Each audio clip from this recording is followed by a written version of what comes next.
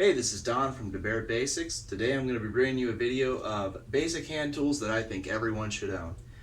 To preface a couple things before we start this list, these are simply just hand tools. I'm not going to be going over power tools in this video. I will do that in a later video. These are tools that I think are a decent quality but also retaining a reasonable price. So you're not going to be spending over $200 on a basic toolkit. These are tools that I think I've seen perform very well on job sites over my 10 years of construction experience on residential homes. So, without getting too much into it, let's go ahead and get into the video. First of all, I want to start with tool storage. Obviously, you have toolboxes, tool chests, tool bags, tool backpacks, rolling tool carriers. Now, the two big ones that I would recommend for a first toolkit or a basic toolkit would either be a tool bag or a toolbox. Like, for example, this one, a hard shell toolbox. The one downside, well, I guess not one, but a couple of the downsides and why I'm not going to focus on this type of toolbox actually is because it's a hard shell. While it does protect your tools, it doesn't really allow it to be, crammed in a closet if you're only going to be using it for a little bit. It's a little bulky and it is heavy, and a lot of times these are a lot more expensive. So in the interest of keeping a lighter price point and to be able to, kind of shove this in your closet or the trunk of your car and only use it when you have to use it, I'm going to stick with tool bags instead. So in light of that, we're going to talk about softline tool bag. What's nice about these is a lot of times if you're just doing a basic toolkit, you don't really need that big of a tool bag. This is a 15-inch Voyager tool bag from Harbor Freight Tools. You can get this in a 12-inch size, a 15-inch, or 18-inch. The 12-inch is $9. The 15-inch here is $11, and the 18-inch is $13. All very reasonable prices, and if any of you know of Harbor Freight Tools, you know that they send out 20% off coupons all the time, I think every month or every 2 weeks, to any person who's subscribed to their magazine. Now, I will say this, I went for the 15-inch bag because what I like about it is if you have larger tools that, are 12 inches long or even 15 inches long, they have no problem fitting in the tool bag. No issue at all. Now, for this video, the only tool that will probably be possibly an issue for a 12-inch tool bag would be your hammer. However, for the most part, a 12-inch tool bag will be fine. Obviously, if you want something a little bit bigger and you want to grow your toolkit a bit more, a 15-inch is a great way to go. Also, an 18-inch, obviously great if you're really wanting to get some bigger tools or more storage space. Now, kind of focus on this bag a little bit. What's nice about it is, on the inside, you can kind of see it in there, there are 3 pockets on each side of the bag, bottom and top, and then two pockets, one on each side of the actual bag itself. There are pockets on the outside of the bag also, 3 on each side. However, I really don't recommend using those for your tools, as if they get wet at all, you'll have a lot of issues with rust.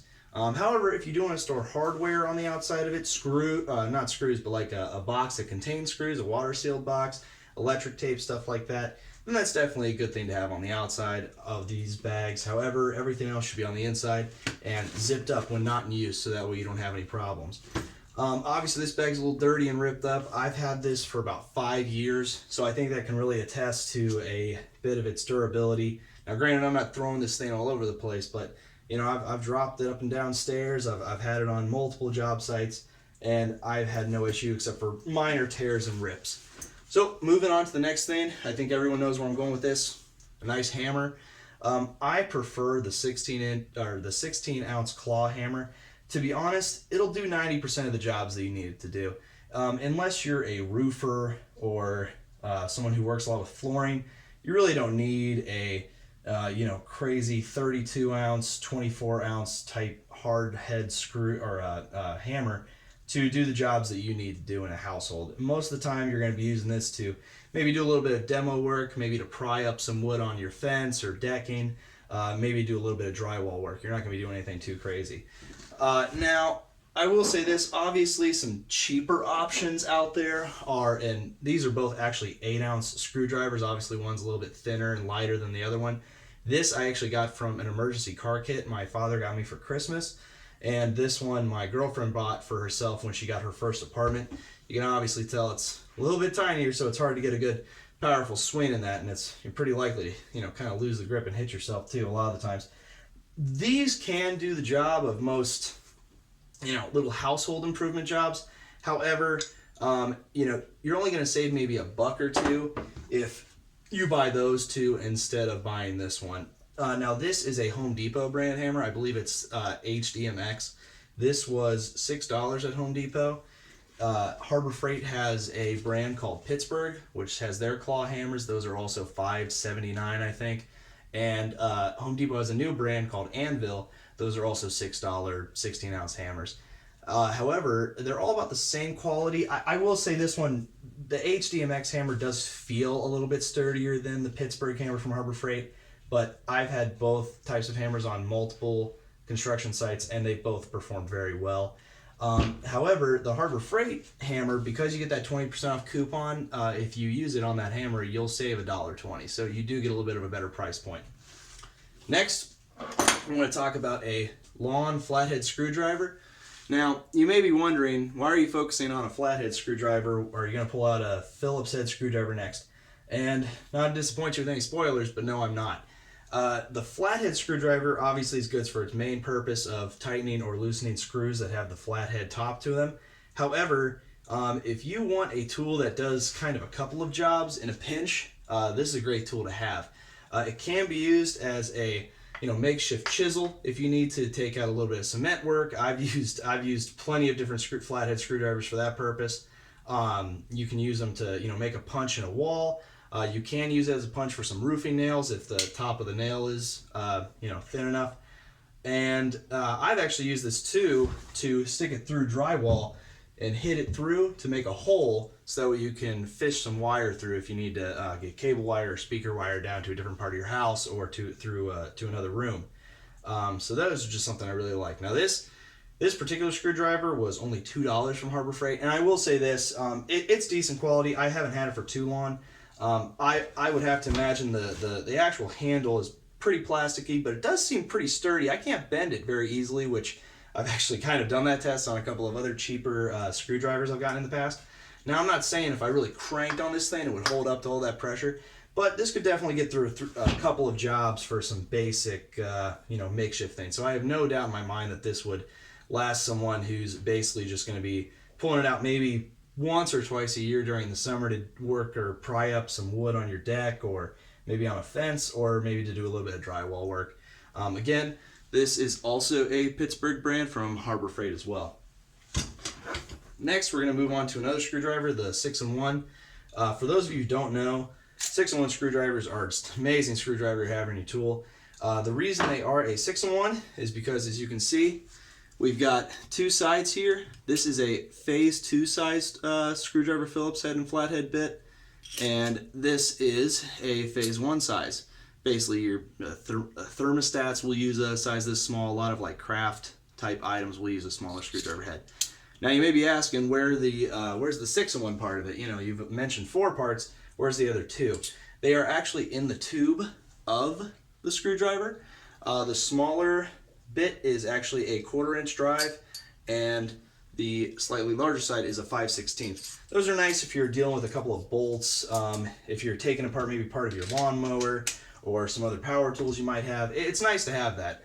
I've used it for taking apart air conditioners when I'm doing maintenance on them or washing them. It really is a helpful tool to have, especially if you don't have a socket wrench handy, or you just don't want to go back to your tool bag to have to grab more tools. Now, I will say this was also from Harbor Freight. This was $2, and this one looks a little newer because I did just buy it a few weeks ago. My other one, though, before I had this one, I lost. Actually, I think I might have it. It's pretty old. I've had it for a while. I didn't want to bring it out for this video because I kind of did want to keep things looking a little newer. You can kind of see with this one, I let some moisture get to it. It's a little rusted. But again, it's still really nice. And I have used this actually as an impromptu chisel as well with my hammer. This thing could take a couple hits before it really starts breaking. However, again, if it ever did break, $2 and you have a brand new one. It works great. No problem with that. Home Depot has a brand. I think it's also the Home Depot brand, the HDMX. That costs $2.50 or $3. Next, moving on, we're gonna go to utility knives. Obviously, it's kind of a personal preference if you like these thick metal handled knives or if you like the flip out utility knives. The reason I prefer these and think they're a little bit better is mostly because that the blade is trapped inside the actual knife. I've had plenty of times with the flip knives where I'm taking it down a sheet of drywall or a sheet of paneling, and because of where my thumb sits, there's usually a release on the flip knives right there for the blade itself to change them out. And because of that, a lot of times I'll be taking it down the board and the blade pops right out and I gotta try to find it or replace the blade.